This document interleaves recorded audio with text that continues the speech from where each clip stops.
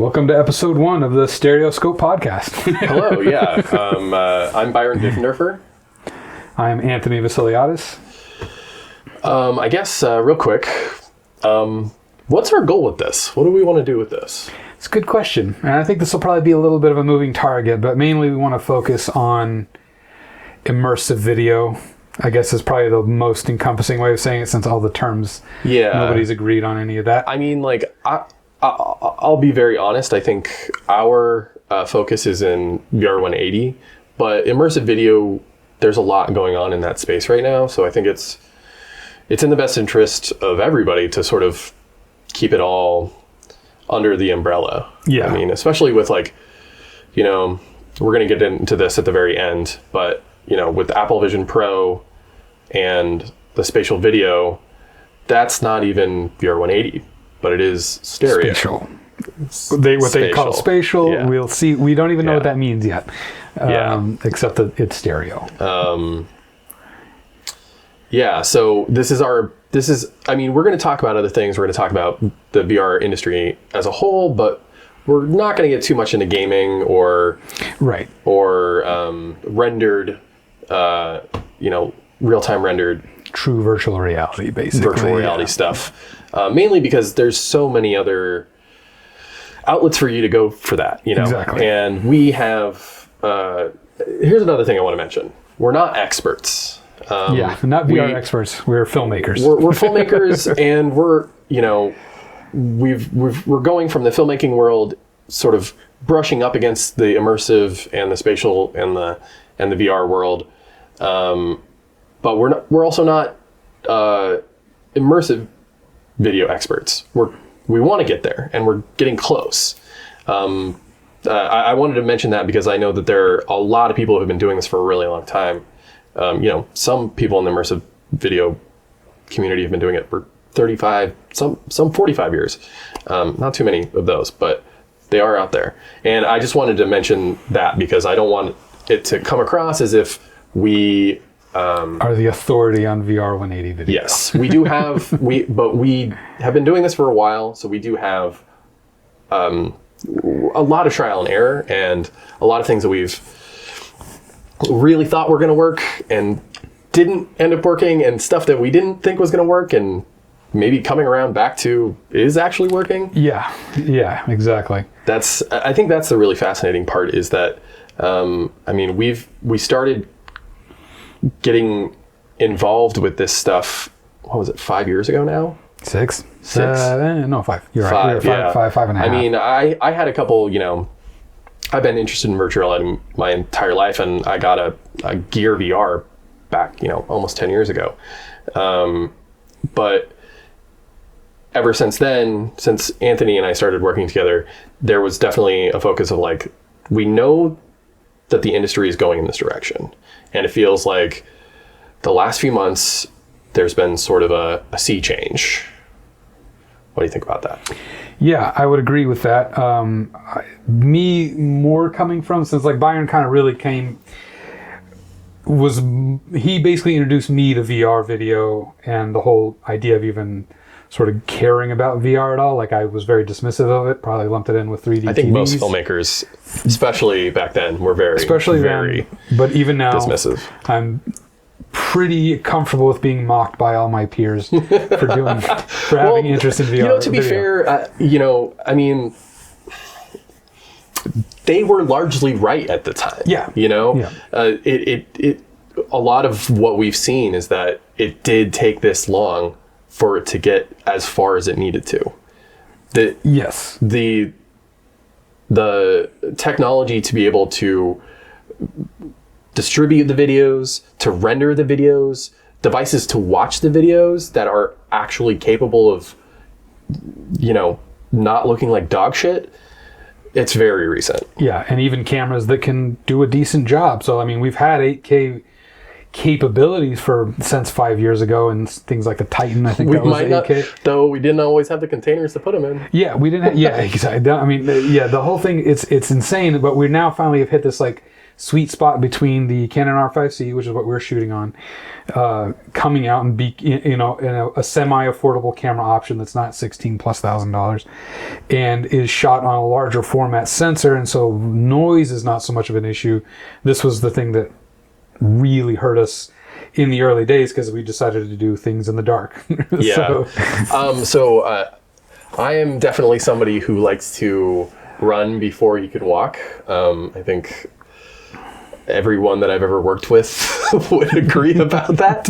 And it can be very frustrating, as somebody who is, I'd say that I'm an ideas guy, but I do understand the tech once it's, explained to me. Or, when I dive in myself and figure it out the hard way.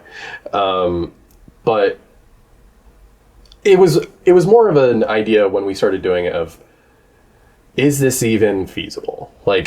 And I think some of our earliest tests, when we actually had the right environment, it felt like magic. Yeah. And so we knew that once all of the ancillary things came together, that the medium would speak for itself. Yeah. Or at least if it had the right ambassadors, it would speak. Yeah. And it's, it's been a frustrating path, but we did know, it's you're onto something. There's something you get that, for anybody, I'm assuming anybody who's watching this is familiar with VR, because hopefully you're watching in VR, because we're shooting it in VR. I guess you could technically be watching it on your phone, But I know for me, I was sort of missing the point. Entirely skeptical about it until I put on a headset and watched 3D content, 3D video. And then I was like, oh, this is not a 3D TV. This is not anything I've thought, it's not a gimmick. It's a new If anything, thing. It saves that previously made content. Yeah, I mean, it does. You can watch films authored in the 2000s and early 2010s in 3D on headsets. Big screen beyond, that's a big thing. I think until very recently, the resolution might have been a little too soft, and we'll see what it looks like in the Quest 3. I haven't watched any. My headset doesn't get delivered until Saturday. We should note that we're recording this on October 11th, the day after the Quest launched. And we both pre-ordered from different sources, and I got lucky and mine shipped. He got his. Mine's coming on they Saturday. shipped mine a day early, so bravo Amazon on that. So I've had the opportunity to play with it, and I'm coming from a Quest 1, so for me the Quest 3 is just amazing. And I have a Quest 2, and I've watched movies in it. I've watched a lot of immersive video. I got mine during COVID when it launched in 2020, and that was sort of, in hindsight, it couldn't have come out at a better time. I think even for Meta, especially for Meta, but it made so much sense. I remember the first time that I realized that maybe we actually are going to be able to make all sorts of videos. I was watching some of Hugh's content. Big fan of Hugh's. He's helped us through a lot of problems. A lot of troubleshooting. But I was watching some of Hugh's content, but I was also watching a lot of Tokyo VR 180 videos, some 3D 360 videos of just life in Tokyo during the pandemic. And because there weren't a lot of people out and about, it sort of felt serene and picaresque, because you could finally see Tokyo as it is at night without a lot of people, because one of the things when you're watching these types of videos is you never know, especially if you're just shooting on the street, you never know who's walking by. So people constantly passing in front of the camera and that thing. But it wasn't just Tokyo, Italy and travel videos in general were something that I really, really, I think it's a lot of the stuff that was shot at that time, because it's easy to shoot that type. I don't want to say easy. I'm going to take that back. Straightforward. It's straightforward. You can, as long as you can get your camera there and film it, you don't necessarily have anybody bothering you. I mean, that's one of the biggest issues that we've run into with producing content, is that producing content in VR or immersive video in general is incredibly difficult. It is. Yeah, the irony is the actual production of it is very easy compared to 2D, and then you get into post, and it's all post. It's all post. Yeah, but I would also say that there are so many physical limitations. This is true. Yeah, again, straightforward is the word, not easy. Straightforward is the word, because our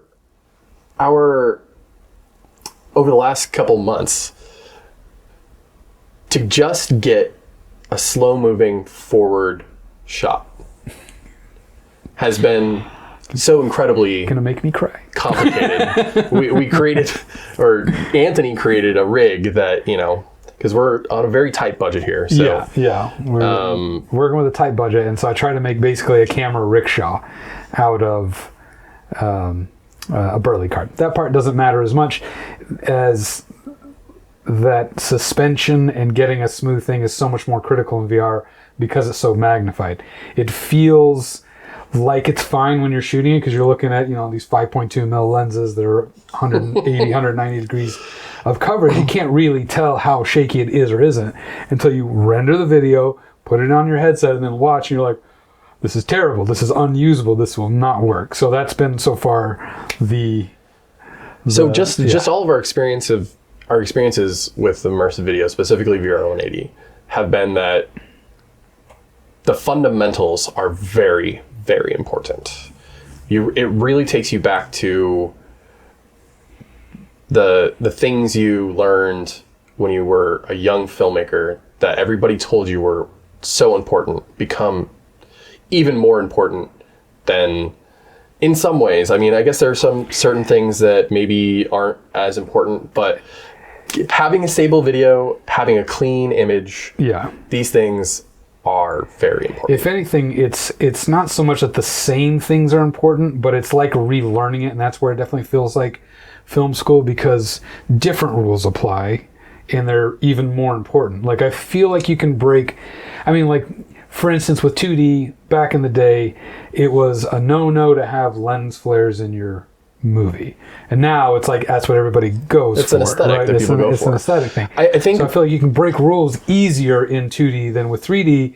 Like, at least if you break a rule in 2D, it's like, oh, that cut didn't work, or like, that I don't prefer those things. But if you mess up in VR, you're making people sick. So the stakes are much higher. And, this is something that we've talked about. And I think a lot of our frustrations about this, and I think probably yours as well out there, is that the barrier for entry for creating video is so low now because everyone has an HD camera in their pocket. Minimum HD. Minimum. And a very good one. Yeah, and a very good one. With stability and you don't even need a gimbal for a phone anymore. It's ridiculous. And not just that, but people are making content. Mm-hmm. TikTok, the largest social network of the last few years, is all about video content. So everybody thinks that they're an editor. And so what that has done is made it harder for us and harder for other people who see themselves as professionals to get the content seen. So that's part of what this is. And this is part of what we wanted to do the podcast partially about, is to build a community. And because one thing that we've realized is that there's a lot of good work out in the internet that is not being seen, and there's not enough people rallying around the content that exists. So part of the podcast is going to be, our structure going forward. We're going to start with news, then we're going to move into featuring videos from content creators, one from myself and one from Anthony each week. And then the last part of the podcast is going to be a main topic of discussion. So I think now is the best time to just launch into our news segments. So bear with us. This is the first time we're doing it. So our first news is Quest 3. Quest 3. All right. So originally when we were doing this, it was going to be about Connect coming up. Right. But we moved it back a little bit. Anthony's been on a lot of shoots, and I've been disastrously busy myself. But the Quest 3 is finally out. I mean, I tried it for the first time about 45 minutes ago. And I have to say, over the last few days, I've been reading a lot of reviews. I've been reading a lot of Reddit opinions, and I'm very impressed. Right, because a lot of the people like post, if you haven't gotten one and you're on the groups on Facebook and you're reading, everybody being like, I'm returning mine, I don't like it, it's garbage, it's trash, it doesn't work at all. It is definitely not garbage. It is, again, coming from somebody who's like spent less time than Byron in VR, and also coming from a Quest 1, for me it was like a real game changer between the clarity of the lenses and the expanded field of view. The feeling that you don't have to turn your head to look around, that you can just roll your eyes around. It feels the edge clarity of the lenses. So much more immersive. Like you feel much more immersive. The pass through, this the much like sort maligned, of lauded and maligned pass through on this thing. So the pass through is very light sensitive, and their cameras they suffer from cameras, they suffer from digital noise. Yeah. So, when I first tried mine out, it was in a dark room, and so obviously it was very grainy. But even in that environment, I was very impressed with the spatial awareness that it gives you. Like, you can walk around the house, you can read your phone if there's enough light, you can interact with objects through the headset fine. Like, it doesn't feel weird at all. And that's incredibly liberating to me. I think that feeling of, like, the wall between the headset being on and off, I think is a big barrier, and it was a barrier for me, where it's like if I wanted to get in VR, I had to sort of set up, and I'm in it, and I'm just in it for a while, whereas this feels much more fluid. If somebody starts talking to you, or if you just need to get up and do something, you pass right into the pass through, and everything's very visible, and then you just pop right back into your environment. It's impressive, and I think it's a picture of the future. So David Heaney from the Upload VR podcast, he talks about how and I agree with him vehemently that the pass-through itself, despite the fact that it may be a little underwhelming based on sky-high expectations, the most important part about the pass-through, to me, is that it minimizes the barrier for entry of putting on the headset. Because you're no longer in this... When you immediately put it on, and this literally just happened a few minutes ago, is when you put on the headset for the first time and you go into pass-through, you're just in the same space. But you're also, you bring up the menu and you're also in VR. So it gives you the ability to sort of transition in this secondary medium zone that allows you to gain a sense of your surroundings before you launch into VR. And I think that is an incredible capability that will, because there's a lot of people who talk about online how headsets start to fall out of use after about 6 to 8 months. And it's even happened with me a little bit. I still use my headset pretty regularly, but I haven't been using it as much as I used to. But it has a lot to do with the fact that it feels clunky going in and out of reality. It's like somebody putting a hood over your head. Absolutely. Everything goes black, and then you got to kind of get reoriented. And this takes away that barrier, which I guess has always been the promise of mixed reality. We just haven't really had the chance to appreciate there haven't been too... I mean, I tried HoloLens at a Microsoft store 5 years ago, and it was fine. This blows it out of the water. I mean, it's very different tech, but... and what we mentioned earlier, we were talking about it before, is that it's not a window. The pass-through is not a window. But it still gives you a very strong spatial awareness that cannot be... like... It's very important. And I think, especially for... You can even watch immersive video. I mean, I think, especially for our industry, one thing that I think is sort of frustrating is that we have to rely on these bespoke apps to consume our content. But if we didn't have to launch into virtual reality every time we want to watch a VR 180 video, that's powerful, and that removes a barrier for entry for our industry. Yeah, I think, I hadn't thought about this until just now, just imagining, because we tend to use DOVR. I don't know how much we want to talk about that, but but as it's probably the best video streaming site, like VR video streaming site that's out and operating right now. At least in the West. Yeah. But I just was imagining, like, instead of their overlay being over black, if it was over the pass-through, and you could sort of interact with it while you're sort of moving through your space. I think there's some chat about them having an option to be able to launch into pass-through rather than into the black void. That would be awesome. And I would very much prefer that, and actually. I think especially when it comes to, if anybody has ever tried to, like, here, put this video or put this headset on and check out this video that I made or whatever, and they've never done a headset before, it's always like this very fumbling thing, because they're in black, and then they're like, well, we're it takes everybody a good 2 to 3 minutes to even get comfortable. So it's not like showing someone a video, your reel on your phone, where they just instantly are like, okay, now I'm watching it. It takes 2 to 3 minutes before they're even comfortable watching. Yeah. Because they have to go through the process of, like, oh, I'm in a different reality now. Right. So I think, like, if you could hand a headset to somebody and they put it on, they're still in the same environment, and there's just now new stuff to look at. Yeah. Game changer, right? Like that just gets you acclimated quick. And it's very exciting. I don't know. And, I also am very excited about the other capabilities of the headset. I mean, the headset has AV1 encoding and decoding built in.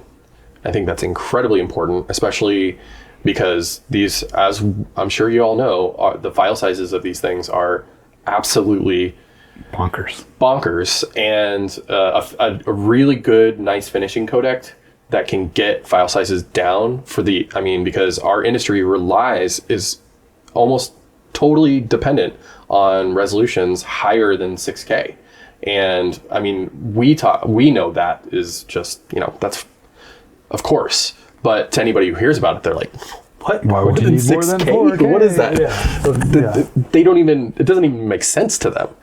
But I think the AV1 codec, especially since the new AMD and NVIDIA GPUs, both the new, like the 4000 series NVIDIA GPUs also support encoding and decoding. And that's also really important, especially for, streaming to the headset and that type of thing. And the lenses, like you said, that's a really big part of, a lot of times when I'm watching VR videos, it feels like I'm wearing a Viewmaster. And I'm just going click, click, click, click. Yeah, I think especially talking about video, like it sort of is just happening now again. I just got the headset, so I'm just now starting to load full 8K content onto the headset and finally able to appreciate it. Like we now kind of both have the cameras and the headset that it's really popping, and it finally like looks HD, for lack of a better term. Like when you're looking at the video, you're not like, that live Atom it's video cool, but it's a little soft, It's real good. Also, I think I was reading that the headset finally can get up to 8K 60 now too. Yeah. And that, we all know, or if you don't know, 60 FPS VR content looks absolutely amazing. We're not shooting in 60 right now. We're shooting in 30 just because we're working off a 512 card. But, so we have very limited. I did just pick up a 1 terabyte card, but it's currently got footage on it, and so I have to offload that before we can use it. So maybe the next video we'll do it in 60. Yeah. We'll be experimenting with a lot of things because we've had our entire workflow has been based around 5.7K because that's been the max that the Quest 1 can handle. And it wasn't a bad place to be for that time period. Yeah, decent quality. Made everything look soft. But it was an improvement over 4K, and everything has been these incremental jumps. But now I feel like we're finally where I'm a bit more excited about the image, because it was very frustrating early on when we were doing these things, especially in low light with cheap small sensor cameras. Just impossible to get that little Evo. Yeah, just impossible to get really, really good footage in like a music venue that's in the dark. It just happens to be all the things that I'm interested in producing happen to happen in the dark. We started in theater, and then we went to music. Now we're doing haunts and stuff. Yeah, so the darkest possible locations you could find. To be fair, is some of the most fun stuff in VR. Yeah, I know. So we're doing all that. I mean, a lot of it, and like Adam has said this too, is like, I just want to see it. This is for us too. Like absolutely. A lot of the interest is experience this stuff for ourselves because it's neat, and there's a certain preservation aspect to it, especially as we're getting in these better cameras where you're sort of preserving these moments and you can relive them, and that's just a whole lot of interesting stuff going on. It's just I feel like the preservation of music content and VR go so hand in hand that I think the industry has sort of minimized. I don't know why there hasn't been a stronger rallying around really, really good VR music content. I think it's something that we're very passionate about. I know it's something that I am absolutely. It's always going to be a part of the stuff that I'm shooting. Doesn't matter how old I am.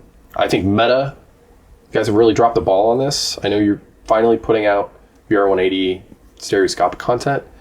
Like the Macklemore video, that one was pretty good. Keep doing that. But there have been other companies that have tried it. A weird avoidance of stereo. I don't really understand. I think there's been a lot of frustration. I've read about it in a lot of Reddit threads, and there's a demand, but it still seems to be niche. I mean, by market standards, it's the thing that we've struggled with this whole time, is like people are into it, but not enough people to drive the sort of development that needs to happen, and bandwidth. And again, like we're getting there with cameras. It's amazing that Canon decided to like throw their weight behind VR. I think the moment where, we were almost ready to give up.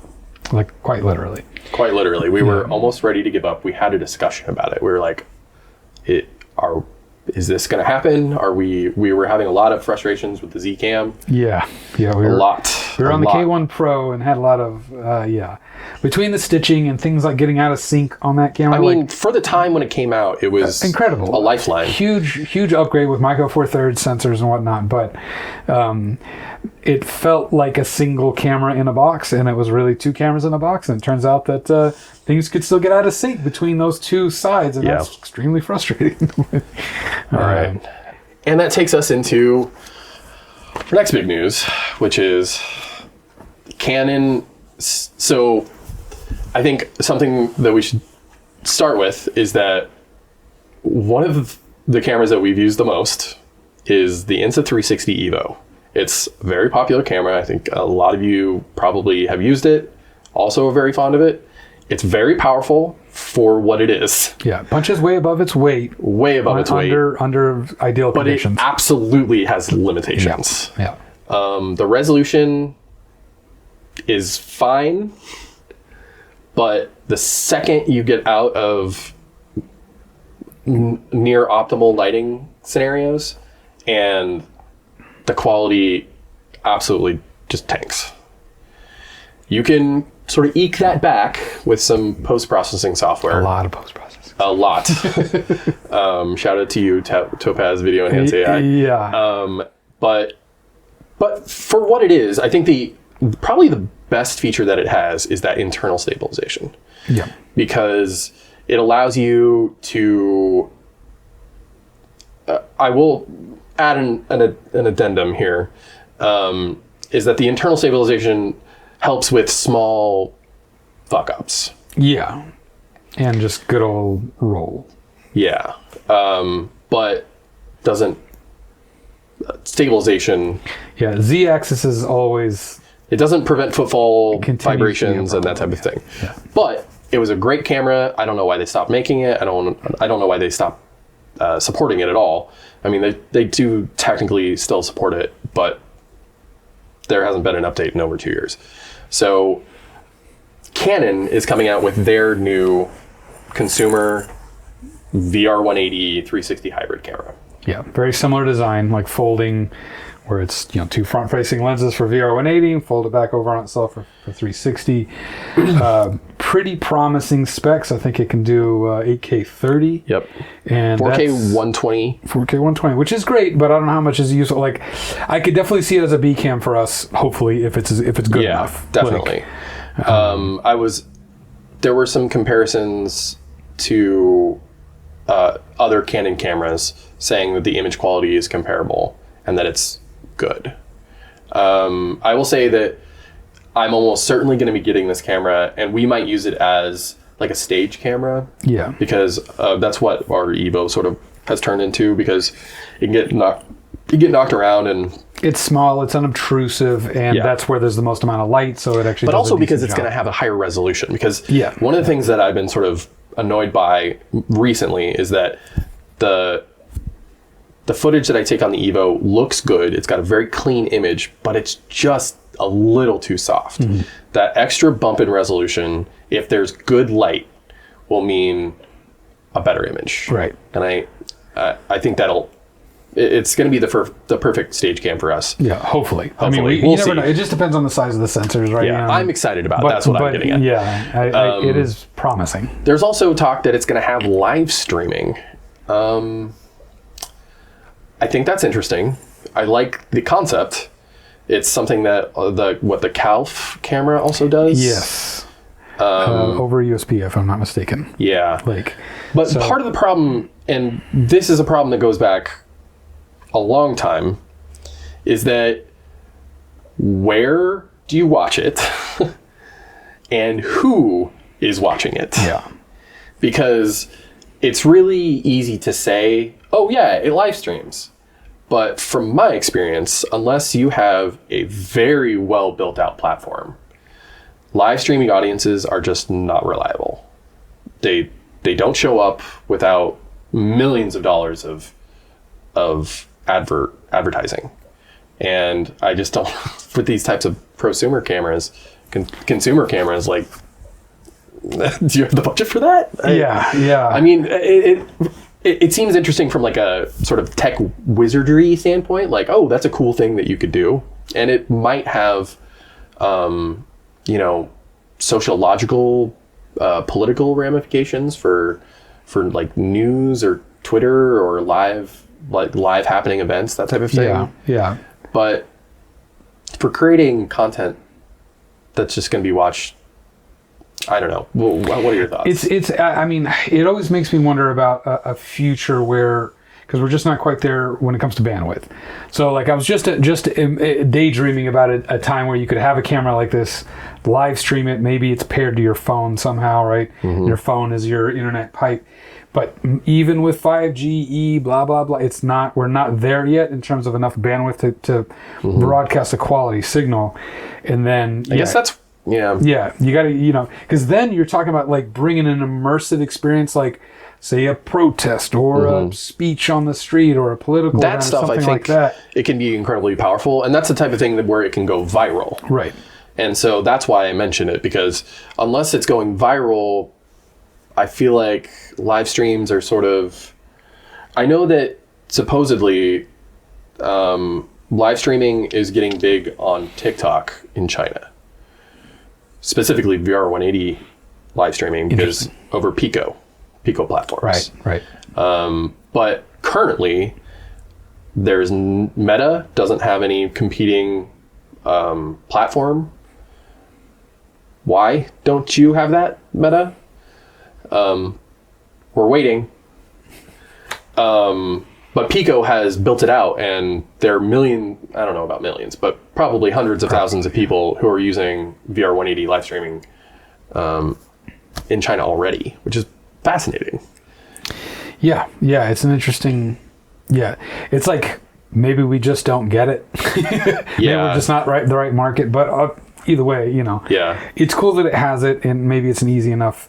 It's not a thing that I'm like I'd really like to get our hands on that Calf camera so that we could test it out, because I mean we've talked to I'm working with PDX Pop Now, a local nonprofit music nonprofit that does a 3-day long free music festival. We just shot it this weekend. We only did one day, but one of the first things that they asked me was whether or not we could do live streaming. I told them that was currently out of our capabilities, or at least I recommended against it, partially because of the limitations of lack of platform, etc. But if we had a platform to put it out there, and I know that CALF, even in the United States, you have access to the CALF social media network. So I don't know. Yeah, there's an app on the Quest for that. So it sort of was a little questionable as far as I was concerned. But we'll chalk it up to early days. It's about the content, and I think it's one of those things where, like, mainly might be sexy girls right now, but lots of platforms are having sexy girl problems. Yeah, this is how you get off the ground, apparently. So, but I think the Canon, I'm excited to read reviews, and there's a very good chance it could land in our repertoire. Yeah, it would be really cool if it works out in the way that we want it to. Yeah, and I think it's also, I think we'll get back to this. It's another VR180 camera at a more affordable price. Yeah, well, we don't know for sure. What the price is. The grumblings are sub 1,000, but nobody has actually sort of said that. But I think it's a reasonable. For it. I mean, the CALF is what, $14.99, so it's in that, like, high for the size of camera, but if it's bringing the Canon quality, then it's a totally reasonable price. Like, let's say it's half an R5C. Supposedly it's going to be under the PowerShot branding, so... Okay, again, more consumer based, but, either way, I'm still just stoked that Canon's putting their weight behind it, because so many people have gotten out of the game. It's legitimacy. It really is legitimacy. It really legitimizes the world that we're in and what we're trying to create, So if they see a market for consumer VR, then, like, we're getting somewhere. Yeah. All right. I think it's time to move on. Okay. Next slide. Okay. So this next bit is a little interesting because it's more about presentation and distribution. So there's two here that sort of go hand in hand. The Sphere in Las Vegas just opened up, and it's if you haven't seen the largest any videos, LED wall in the world that wraps around you effectively. I think U2 is doing a residency there. I mean, U2 is fine. You can suffer. Honestly, the graphics look so good. If you've seen any videos, like, I have. It's really impressive. Concerts inside, it looks amazing. But it's relevant. You can suffer through U2 with it being that good of a show. But it's relevant for us because it's immersive video. The content that's being played on it is 360. And it's, I mean, somebody made that, I think there's somebody in one of the forums that we're in that actually worked on that content. If you're out there, give us a shout. The stuff that we've seen is really impressive. I mean, but also, like, the resolution that you're working at, good Lord. I mean, that's got to be what, like 16K? I mean, maybe. The thing is, like, at that distance, you might be able to get away with 8K. Wow, I mean, I remember working in motion graphics way back in the day when I was still in school, and talking about the billboards in Times Square. Mm-hmm. They get lower resolution the higher up they are. No way. Yeah, because you can't tell. So it goes from like 4K to 1080. So it's like almost forced perspective? Yeah, a little bit, because distance matters. So I'm sure if they've done the calculations based on what's in the house and yada, yada, yada. That's really interesting. Or, I'm sure the screens are higher resolution than the content at this point, but we don't know. We don't really know anything about it. I mean, but it's cool. It sort of goes into this idea of, like, as immersive filmmakers, a lot of the content that we produce can only be watched solitary. Yeah. And that is a very big disappointment, and it's, like, never going to get a theatrical distribution with the stuff that we shoot. I think there is some co-watching features that could be possibly worked on. I don't know how stereo depth misalignment might happen there. You might get some... there's a way to work it out, I'm sure. But I know that probably is why Meta wasn't doing 3D for a while, because they wanted their venues content to be watched in... They wanted their content to be watched in venues. And if you've never used that before, Horizon World Horizon Worlds Venues. Is that what it's called? Horizon Venues? I think so, yeah. Anyways, it's a rendered reality that you go into, and then there are videos that are playing sort of almost like the Sphere, where there's like a jutted out, like watching platform, and then there's little users that can go and watch it together. But for me, because it's not in stereo, I find it much less immersive and much less interesting. But you know, it's one of those things where, at least with the Sphere, there's a place for this type of content to be featured. Yeah. Okay, so first video, let's get it on the right one. So the first video that we are going to feature today is one of the ones that really changed our minds about how the industry is working. And it's LucidTripper. It's this video, Past and Future. I watched it about almost a year ago, and it's a lot of LucidTripper's work is really very fascinating conceptually. I think they are using the medium of VR video in a way that is the most visually creative that I've seen in the industry, at least for people that are sharing online. I think their understanding of depth, their use of color, shadow, perspective is incredibly strong. And it really shows what the medium is capable of. Yeah, and just the fact that it's not like almost everything that you see out there is documentary of some sort. Yeah. You know, whether it's somebody walking through a city or whatever, sort of documenting a reality. I think this is different, which is, you know, kind of ultimately the thing that we're trying to push into, which is narrative storytelling in VR. Yeah. And so Lucid is doing some really interesting stuff visually that's just creative, just for the sake of it looking cool, you know. I mean, they end up using the tools of like asymmetry and I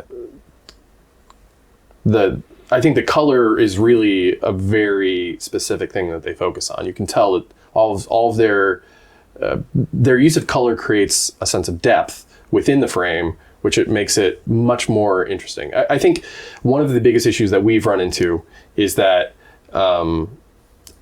unless you're working in trying to get into narrative filmmaking and trying to use the limitations of VR video, we don't get to play with changing the frame too much, because like you said, a lot of the content that is easiest to put out on these cameras is documentary or replicating reality. What I really want to see, and something that I am desperate to get into, is changing that reality, is manipulating reality to be unlike reality, to show in headsets. I mean, that requires a lot of sets, it requires a lot of physical locations, and that takes time, and that absolutely takes money. Yeah. It may not take all of the money. It may also require the time as much as another thing. But I do think that LucidTripper is somebody to keep an eye on. I think a lot of their content, everything that they put out, is at least conceptually interesting. Yeah. And it looks like they've been doing this for quite some time too. Yeah. Yeah, definitely check out Past and Future. What's the next one? Next one, I keep forgetting the name of the actual video, but it's mainly it's Live Atom / yeah, there you go, VR log. His channel. The VR 180 Revolution. This is why I picked this one, because I feel like it sums up what we're talking about with this podcast, which is the future potential and or current potential of VR 180 content delivery and or capture. Yeah. So it's basically, it seems to be a pitch video that he's put together. And I think he does a very good job, because he's a great storyteller. He's the first vlogger.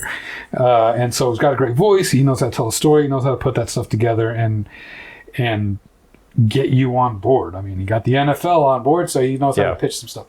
But, you know, it's inspiring, definitely. It's definitely inspiring, because you're seeing, he's highlighting these different aspects of, like, again, this is more documentary, but he's definitely focusing on the immersion aspect of it.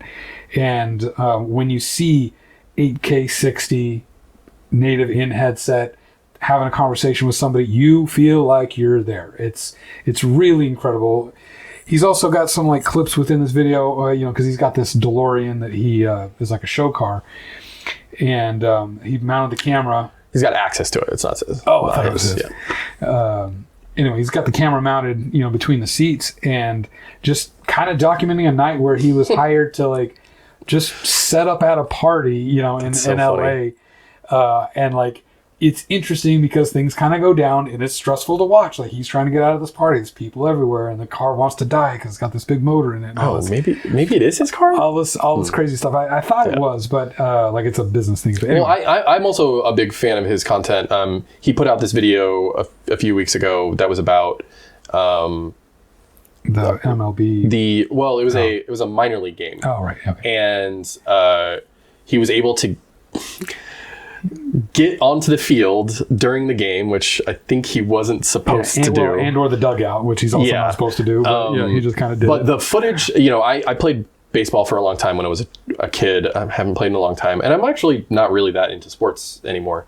But watching that video from the perspective of the dugout took me back so hard. It was like I was 14 again.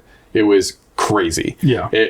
It was probably the single most impactful thing for me. I found myself watching a baseball game. Just transported, yeah. I also found myself watching a baseball game last week for the first time in decades because I was so fascinated by this video because it put me in the dugout and I was able to focus on the game in a way that was so immersive that it took me to a place of understanding what this medium is capable of. Yeah. Yeah, it's as someone else who also doesn't like sports, it's intoxicating how well it puts you there. I had another word in my head, but like it was just so cool to be there, and especially as it gets darker. It's one of the things I noticed watching it a second time. As it gets darker and the field lights come on, it really starts to pop. And like when people are hitting these, like I don't know if it was a home run or not. I think it was. Yeah.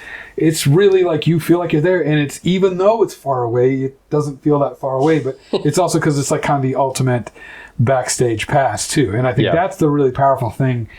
Who was it? Was it NextVR that was doing the courtside stuff with Apple or before? And Apple? we're going to see a lot more from them. We'll probably be seeing that again. But that's that same kind of access, like getting premium access to like a sports venue, is a huge potential for this. Yeah, this really impressive stuff from Live Adam. I like a lot of his videos, and he's been putting out a lot of really great stuff recently. And hey, good luck with the NFL. And that last thing that we talked about, NextVR, that is a perfect segue into our final topic. Yeah. So the Apple thing, the spatial capture. This, so there'll be an update that comes out on the current iPhone 15 Pros, where two of the lenses can be used to capture spatial content, whatever that means. Yeah. And so NVHEVC, multi-view HEVC. So, which supposedly I was reading earlier today, it's actually been around for a while. Yeah, it's not like new. They used to author 3D Blu-rays with it back in the day. Yeah, that makes sense. Yeah. So that's kind of the way that I'm seeing this. Like I've been kind of like, I don't think this is VR 180 by any stretch. No. It seems like it's going to be the next version of a stereogram, like a picture that you're going to look at in mixed reality on the, like, this is at least the way they've displayed. Well, somebody was saying it would have to be hypostereo from the... For sure, because it's so close together, right? Yeah. So it's just like there'll just be depth, but it's not going to be like IPD level immersion. It's just, you can look at it this way and see depth. I think that's what but we don't really know. Yeah. That's kind of the way they've just, like, that's the way it was shown in the Apple announcement. Yeah, from what I've been reading, they're probably going to have a depth from stereo map. Yeah. And they're going to use the map to create the stereo effect, and then use the difference of the two pictures to create the illusion of larger depth.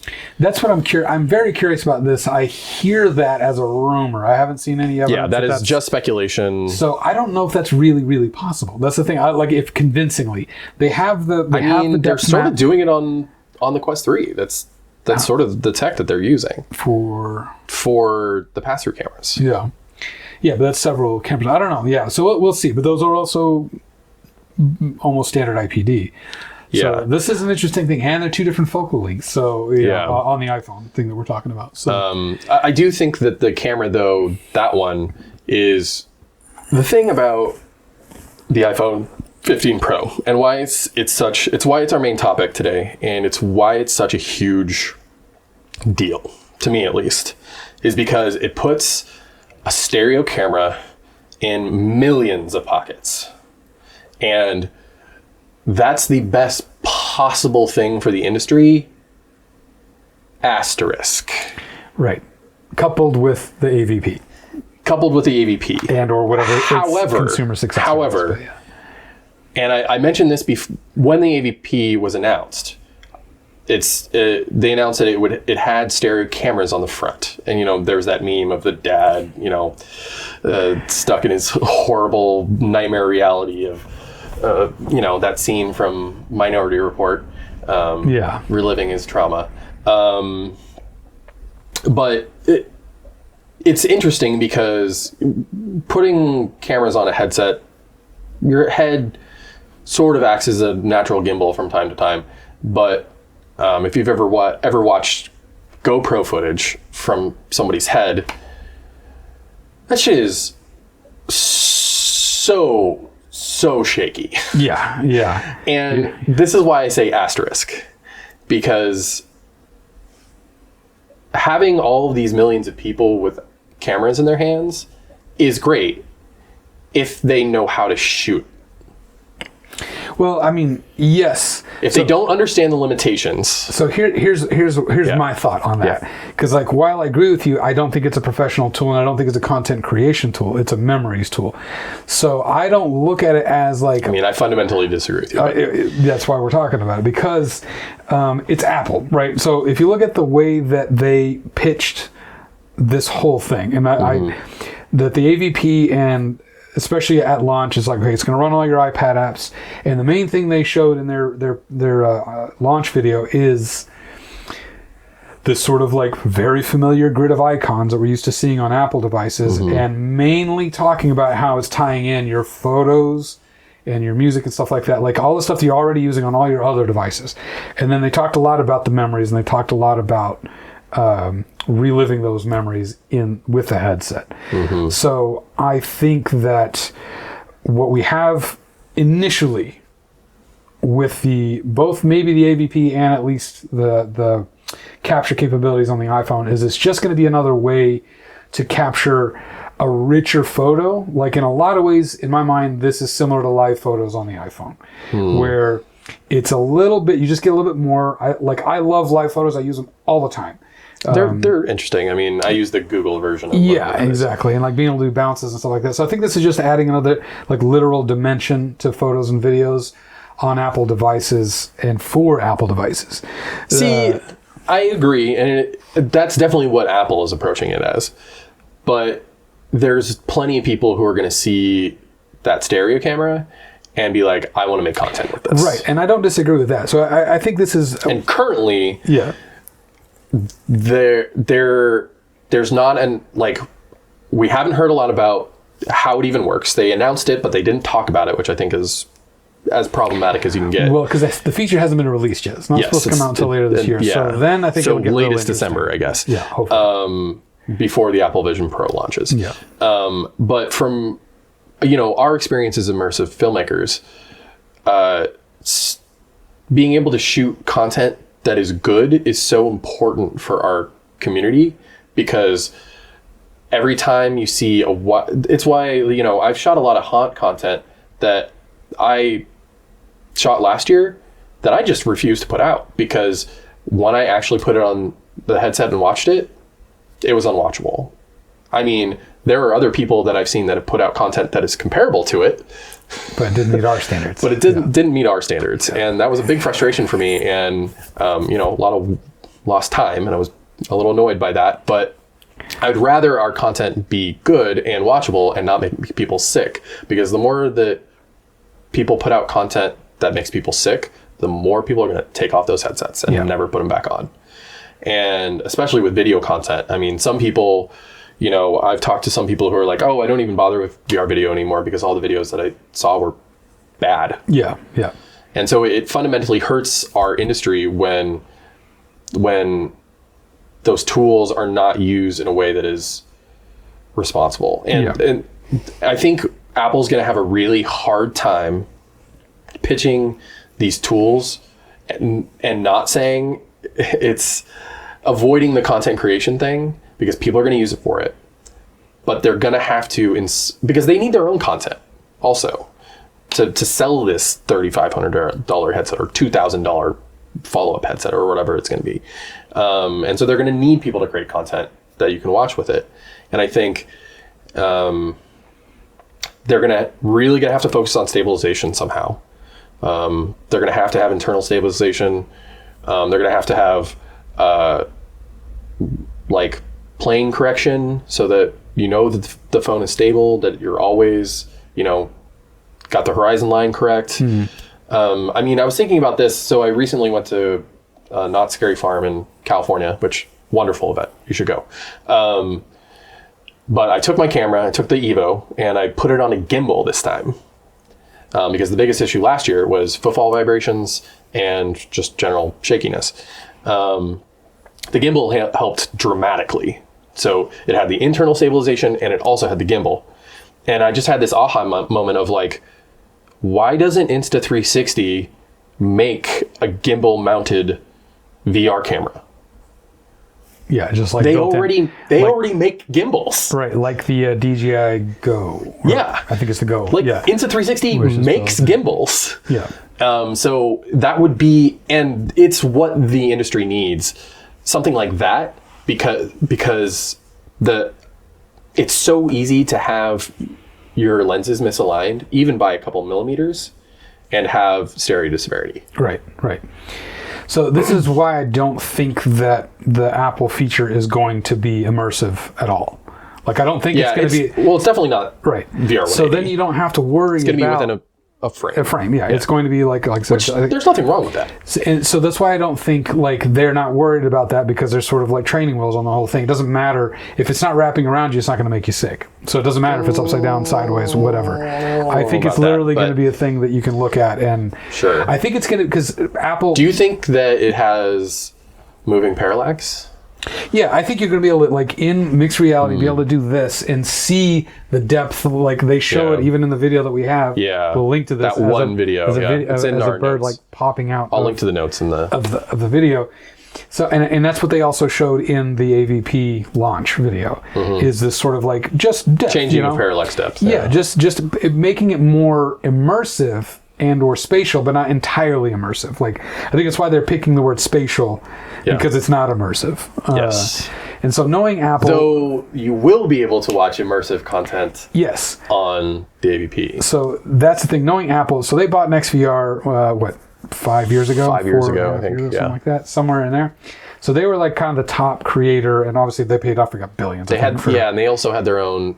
Well, because they started as like a streaming video company back in like the early 90s. Or something like that. Yeah. And they had their own proprietary cameras. So presumably, obviously, Apple and the cone of silence, that, they've probably had NextVR making content for the entire time, and they're going to be able to release on launch day a ton of content that they will sell you, because that's what Apple does. They're not trying to give anything away, and they don't necessarily want you to. YouTube. You're right. So I think this is like the spatial camera thing is going to be for like memory capture, basically, like just better photos and videos to use, and because it's just a value add for the AVP. I think that's disappointing, though. Yeah, but that's Apple. Like, I love Apple, but like this is how they step into the market. They don't go 2 feet in. They're going to ease in, because it makes sense, right? They always make their devices absolutely vital to your life. Like, that's always the goal. They try to wrap around where you go from like, I don't need a phone that has a screen on it, to like, I can't live without my phone ever, like smartphone ever. And then, they released the iPad. The iPad's just a giant iPhone. Now it's the number one mobile computing device, Yeah. There it is. That's the one with the depth. Yeah. Or the parallax. So I think they start with the personal stuff. They start with the memories, and that's why it's all about your photos and videos, videos. So I think that's where they're starting, and I think that's okay, because that leaves space for you and I and other professionals out there that are making proper VR 180 content. There's going to be a market, and that's the main beauty of this whole thing, that really we end up talking about AVP here, because now that Apple's entering the space, it's now legitimate, right? Yeah, it's unfortunate that's the way that it works, but that is the way that it works. Our second aha moment was the announce of the AVP. Yeah. Because now you have Apple legitimizing the industry, legitimizing, a space that has been well worn for... Right, but to bring it to the masses, right? I mean, it is still a niche product, like it or not. And it's mostly, and also from an outside perspective. Yeah. So many people have been so dismissive of VR, specifically VR video, because Apple was not involved. It was sort of like 3D TVs, like a gimmick. Yeah. And so Apple entering the space really shows that there's a large market presence and potential. And I think for us, it means that, we potentially have a larger market to go into ourselves. And so it's hugely beneficial for us if Apple succeeds. I think everybody, despite the fact that everyone is sort of tired of Apple's antics and getting bullied around for such a long time, I think there is, especially in the VR video industry, there is a desire for them to succeed, because it means that our chosen medium is going to have a healthy life. Right, yeah. And I want them to succeed. I'm not even a user of Apple products. I've had an Android phone I had one iPhone 5 years ago. It was fine, but I like to tinker, and I don't like walled gardens. So Apple isn't my thing, but I understand the value, and I understand why people like them. And believe me, if I could try the Apple Vision Pro today, absolutely would. Yeah. Because, I mean, you want to talk about pass-through, from what I've heard, pass-through on that thing is like practically like looking through a window. Right, yeah. Like literally feels very, very real.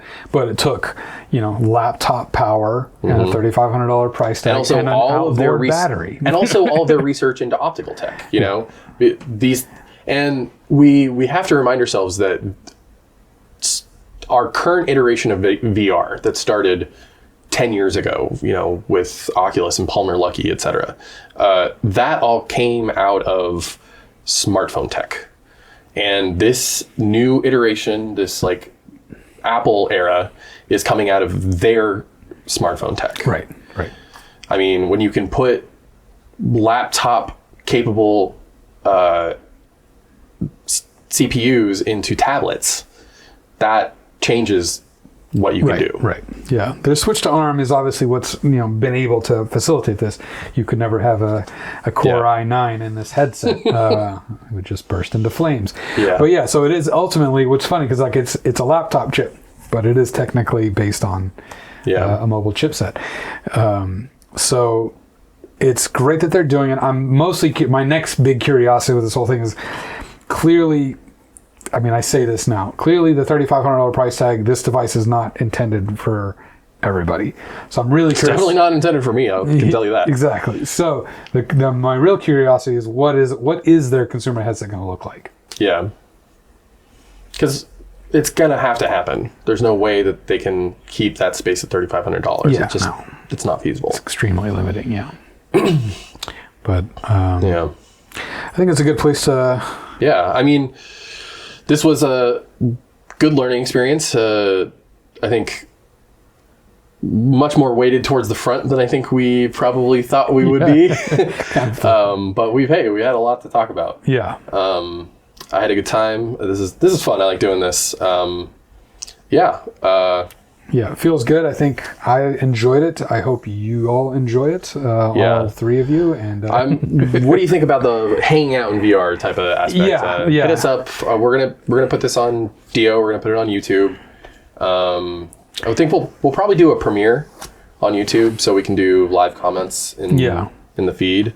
So if you want to hang out with us in the comments, please do. We'd really appreciate that. Yeah, but we're really interested in building a community of VR video content creators. Like, I think there isn't a lot of that I've seen. And yeah, it sort of feels like it's a race in some ways. Yeah, and I think, like, you know, a little bit more knowledge sharing. But... Yeah, I mean, exactly. I get it. It's all competition, but at the same time, you know, being able to talk about the struggles and be able to sort of even just commiserate about, like, it takes me 12 hours to denoise this 4-minute video, you know, like, just having those discussions and, like, and just helping each other out wherever we can in terms of, like, not giving away, you know, IP. And also, there's a selfish aspect to this. Like, we want to build our capabilities, and we want to be able to reach a larger audience. Yeah. You know?